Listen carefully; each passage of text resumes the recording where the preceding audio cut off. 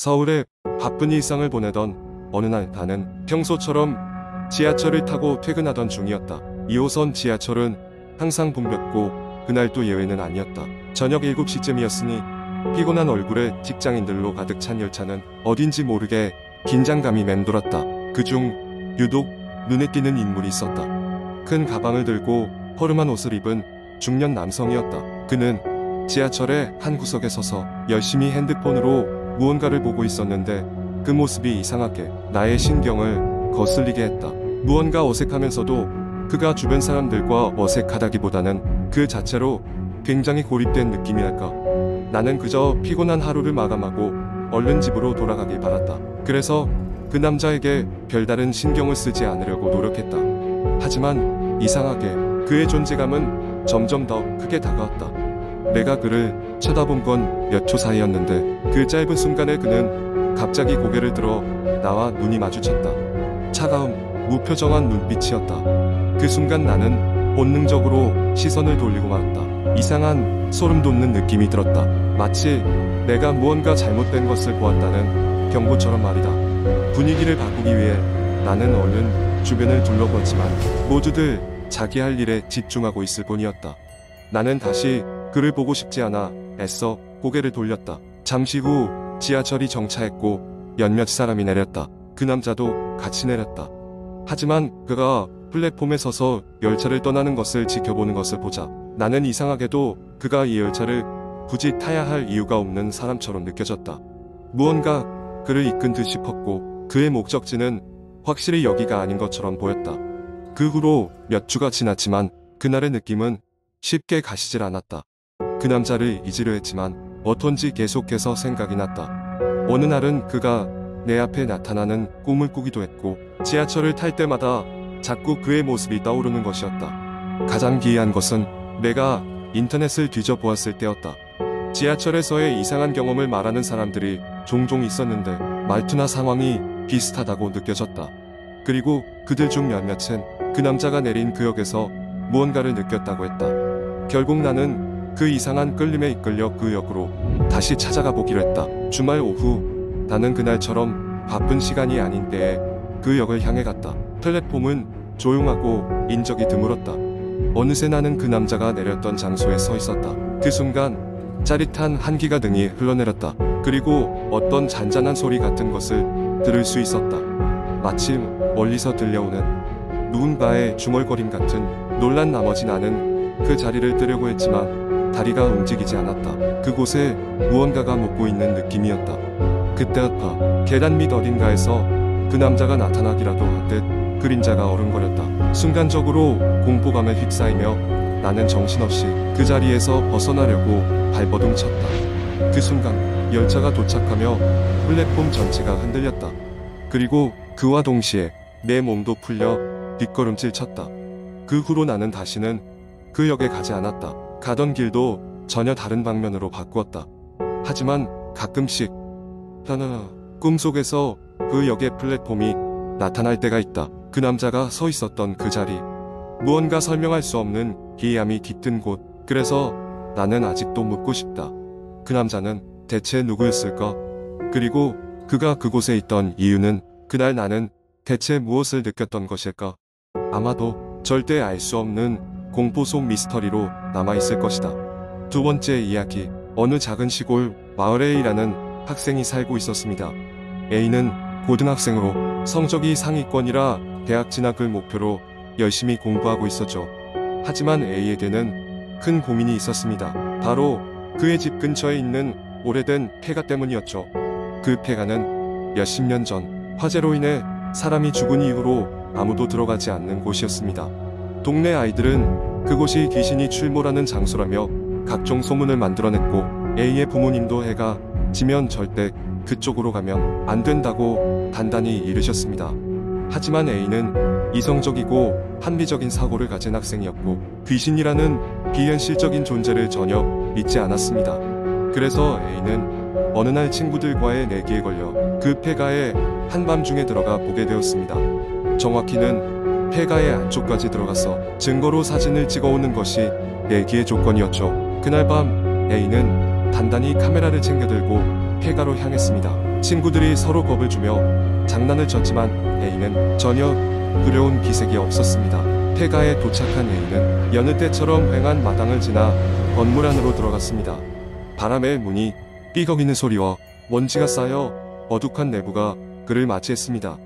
A는 조심스럽게 1층을 둘러보며 사진을 찍었습니다. 한 장, 두 장, 셋. 모든 것이 지극히 평범했고 아무런 이상한 점이 보이지 않았습니다. 하지만 A는 욕심이 생겼습니다. 2층까지 올라가면 더 많은 점수를 얻을 수 있을 것 같았거든요. A는 목재 계단을 하나하나 디디며 2층으로 올라갔습니다. 2층은 더욱 조용하고 느슨한 공기가 감돌았지만 무사히 사진을 찍을 수 있었습니다.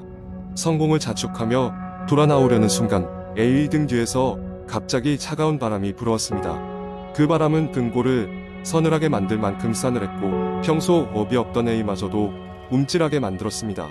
이어 A는 잘못 들었으면 하는 소리를 듣게 되었습니다. 사람 이름을 부르는 아주 희미한 소리였습니다.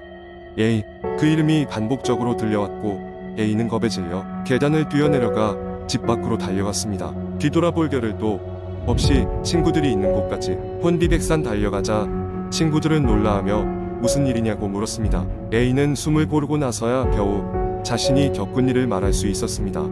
하지만 친구들은 그저 웃으며 그런 소리 들었다며 장난쳤겠다고 넘어갔습니다. 그날 이후로 A는 폐가 근처에 가지 않으려 했습니다. 하지만 그 일이 있은 후 A는 이상한 꿈을 꾸기 시작했습니다. 꿈에서 그는 항상 그 폐가에 있었습니다. 꿈속의 폐가는 아지라 대낮처럼 밝았지만 기분 나쁜 정적이 감돌았죠. 그 안에서 그는 자꾸만 자신을 부르는 목소리를 들을 수 있었습니다. 그는 꿈속에서도 그 목소리를 피할 수 없었고 매번 놀라 깨어나곤 했습니다. 이런 일이 계속되자 A는 결국 부모님께 자신의 경험을 털어놓았습니다. 부모님은 크게 놀라며 동네의 노인을 데리고 왔습니다. 그 노인은 폐가의 사연을 알고 있었고 A에게 얘기해 주었습니다. 그곳에서 불행히도 세상을 떠난 사람이 한 명 있었다는 것, 그리고 그 사람의 이름이 A와 같았다는 것을. 그 후로 A는 그 마을을 떠나 대학에 진학하게 되었고 이상 그 꿈을 꾸지 않았다고 합니다. 하지만 그때의 기억은 여전히 그에게 생생히 남아 친구들에게 가끔씩 이야기해주며 조심하라고 경고한다고 하네요. 그 폐가는 지금도 그 자리에 그대로 있습니다. 누가 진정한 이야기를 확인하고 싶은 용기가 있다면 언제든지 갈 수 있겠죠. 세 번째 이야기. 한국 인터넷에는 다양한 공포 이야기들이 존재합니다. 그 중에서 한 가지 긴 공포썰을 소개해드리겠습니다. 이 이야기는 내가 대학 시절 기숙사에서 겪었던 일이다. 2학년이 되면서 나는 학교 근처에 있는 기숙사로 이사를 가게 되었다. 학교와 가깝고 저렴한 가격 때문에 많은 학생들이 선택하는 곳이었다. 하지만 기숙사에 들어간 첫날부터 뭔가 이상하다는 느낌을 지울 수 없었다. 처음 짐을 들고 방에 들어섰을 때 내 방은 오래된 나무 냄새와 뭔가 설명할 수 없는 금속성 냄새가 뒤섞여 있었다. 벽지는 오래되어 색이 바랜 상태였고 창틀에는 쇠스랑이나 못 같은 것이 박혀 있는 것이 보였다. 이 모든 것이 낡아서 그랬으리라 생각하고 크게 신경 쓰지 않았다. 기숙사 생활에 익숙해질 즈음 이상한 일이 벌어지기 시작했다. 어느 날 밤 나는 갑작스러운 추위에 잠에서 깼다. 분명 창문을 다 닫았는데도 불구하고 방 안으로 서늘한 바람이 불어왔다. 이불을 더 끌어올리며 다시 잠에 들려고 하는데 벽 쪽에서 작은 소리가 들리기 시작했다. 처음에는 기숙사 건물 특유의 소음이라고 생각했다. 하지만 그 소리는 점점 커지며 제자리 걸음하는 발소리로 변해갔다. 나는 몸을 일으켜 스마트폰에 플래시를 켜고 벽을 비춰보았다. 방에는 나 말고는 아무도 없었다. 홀로 사는 방이었기 때문에 누군가 있을 리 없다고 스스로를 달래며 다시 잠을 청했다. 몇 주가 지나고 방에서 들리는 소리는 점점 더 빈번해졌다. 벽에서 나는 발소리뿐 아니라 낡은 나무 바닥을 긁는 듯한 소리도 들려오기 시작했다. 그럴 때마다 나는 무서워서 불을 켜놓고 잠들곤 했다. 친구들에게 이러한 이야기를 전했지만 다들 나를 놀리며 너무 예민한 거 아니냐는 반응뿐이었다. 어느 날은 유독 심한 소리에 도저히 잠을 이룰 수가 없었다. 결국 깊은 밤 나는 방을 나섰다. 복도불은 언제나처럼 희미하게 켜져 있었고 흔들리는 형광등의 불빛 때문인지 모든 것이 더욱 으스스하게 보였다. 우연히 방에서 나와 복도를 걷다가 벽지 한 구석이 마치 누군가에 의해 긁힌 것처럼 벗겨져 있는 것을 발견했다. 순간 얼어붙어 버렸다. 그 벽지는 분명 내가 처음 이사 왔을 때만 해도 멀쩡했었다.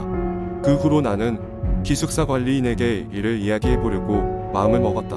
그 관리인은 오래전부터 그 기숙사에서 근무하던 사람으로 기숙사에 대한 모든 것을 잘 아는 듯한 사람이었다. 관리인에게 현재 내가 겪고 있는 이상한 일들에 대해 이야기했을 때 그는 나를 한동안 가만히 응시하더니 조용히 입을 열었다. 원래 이 자리에는 오래된 집이 있었어요. 그 집에는 한 여인이 살고 있었는데 남편을 전쟁에 보내고 홀로 남은 후로 정신이 이상해졌다고 해요. 마을 사람들은 그녀가 그곳에서 홀로 삭막한 삶을 살다가 사망한 것으로 알고 있죠. 그 관리인의 이야기를 듣고 나는 온몸에 소름이 돋았다. 기숙사 건물이 그 집이 있던 자리에 세워졌다는 것은 알고 있었지만 그 집의 역사는 알지 못했다. 관리인은 나를 안심시키기 위해 기숙사에 특별한 기도식을 한 이후로 별일 없었으니 걱정하지 말라고 했지만 마음 한구석에 불안감은 가시지 않았다. 그 이후로 나는 벽에서 들리는 소리에도 익숙해져 갔다. 가끔씩 소리가 나긴 했지만 관리를 한 후로는 당시처럼 공포를 느낄 만큼 크게 들리지는 않았다. 하지만 그날 이후로 나는 기숙사 복도를 지나갈 때면 언제나 벽을 슬쩍 쳐다보게 되었다. 여전히 그곳엔 벗겨진 벽지가 그리고 마치 어디엔가 있는 누군가가 애타게 집으로 돌아가길 기다리는 듯한 느낌이 떠오르곤 했다.